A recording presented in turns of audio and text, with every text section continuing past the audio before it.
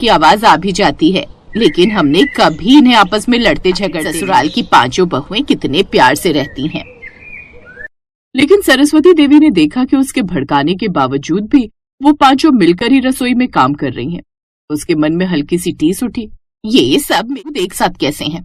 लगता है अब नई चाल चलनी पड़ेगी इन्हें अलग करने के लिए। फिर एक दिन सरस्वती देवी ने नंदिनी से कहा, नंदिनी बहू, तू सारा दिन काम में लगी रहती है, लेकिन फिर भी घर में कोई तेरी तारीफ नहीं करता।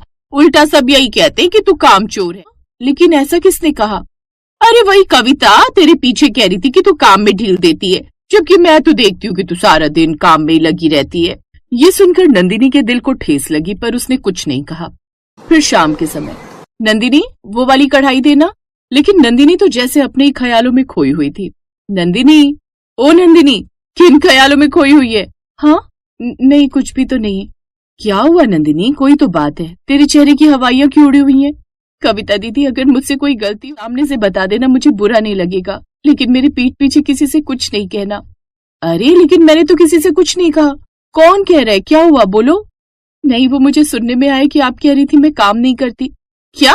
लेकिन ऐसा तो मैंने किसी से कुछ नहीं कहा। मुझे लगता है शायद किसी ने गलतफहमी फैलाई।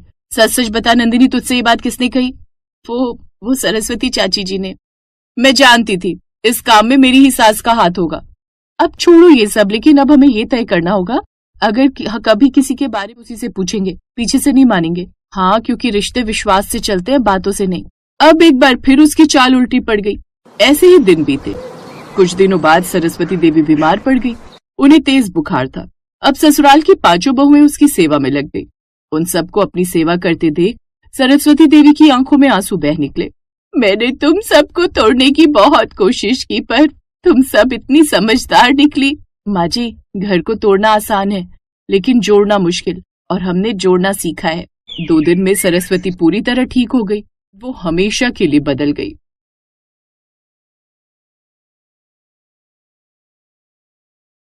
मेहता परिवार शहर का एक बड़ा परिवार था। सुंदरा मेहता, जो कि घर की मुखिया थी, उसके 5 बेटे थे, मयंक, सौरभ, गौतम, नीलांश और आरव। आज वो अपने सबसे छोटे बेटे आरव के लिए लड़की देखने अपनी चारों बहुओं के साथ गई थी। हमारी बड़ी ही पढ़ी लिखी और समझदार बेटी है। इसने डबल MBA की हुई है और आज एक बड़ी कंपनी में HR की पोस्ट पर है। पिछले 3 साल से नौकरी कर रही है। पढ़ी लिखी तो मेरी ये बाकी की चारों बहुएं भी हैं।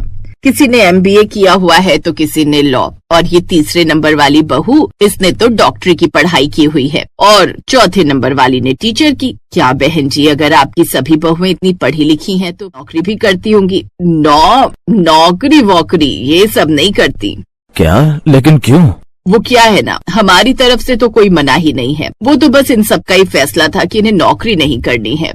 लेकिन आप हमारी बेटी को तो नौकरी के लिए अलाउ करेंगी ना? वो क्या है, ये इतनी पढ़ी लिखी है और नौकरी करना चाहती है। हाँ, तो मैंने कौन सा किसी को रोक रखा है? ये करना चाहे तो कर सकती हैं। बाकी हमें तो आपकी बेटी पसंद है, और जहाँ तक मैं समझ पा रही हूँ, मेरे आरव को भी आपकी बेटी मिश्का पसंद आ गई है। क्यों आरव? जी मम्मी।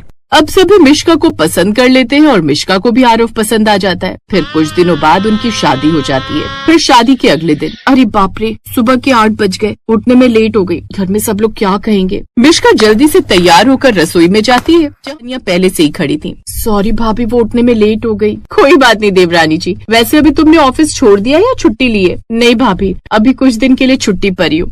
ओह चलो बढ़िया है, अब कुछ दिन तक अपनी शादी एंजॉय करो। काम का क्या है, हम चारों है ना, इस घर की मेड हम संभाल लेंगी। हाँ, तुम जाकर अपने कमरे में आराम करो। अरे नहीं भाभी, आज तो मेरी पहली रसोई है, ऐसे कैसे आराम करूँ? सच कहूँ तो आज मैं खुद बड़ी ही एक्साइटेड हूँ अपनी पहली रसोई के लिए। मेरी सभी फ्रेंड्स ने अपनी फर्स्ट रसोई की फोटो सोशल मीडिया पर डाली है, तो अब मैं भी तो डालूंगी ना। तुम बड़ी मजेदार बातें करती हो, लगता है हम सबकी खूब अच्छे से पटेगी। हाँ वो तो है, भाभी किसी को बोर नहीं होने देती। वो चारों खिलखिलाकर हंस रही थी कि तभी वहाँ पर उनकी सास आ जाती है। क्या बात है, ये सुबह सुबह